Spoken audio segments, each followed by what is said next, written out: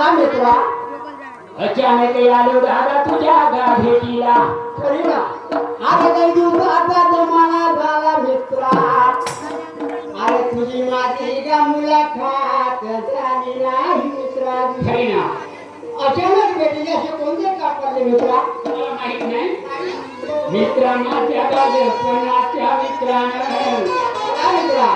ज्यारे बापा इंद्रपुरीचे राजभान. अरे इंद्रपुरीचे गा राजपाट म्हणावं. अरे करावी कोण्या राजाने एवढे दादा देशील रे मला तू सांगून मित्रा. मित्रा तुम्हाला माहित नाही? मला माहित नाही मित्रा.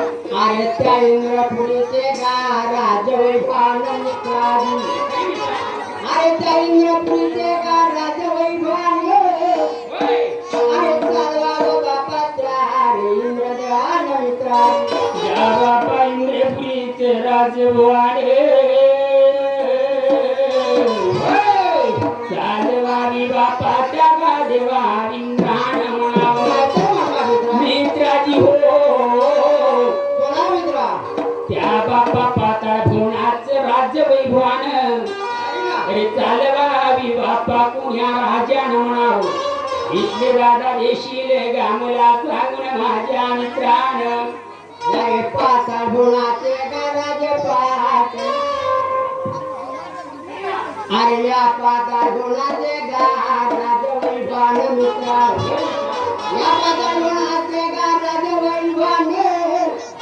अरे चालवा गो मित्रा माझ्या त्या बापाशी नारायण मित्राजी.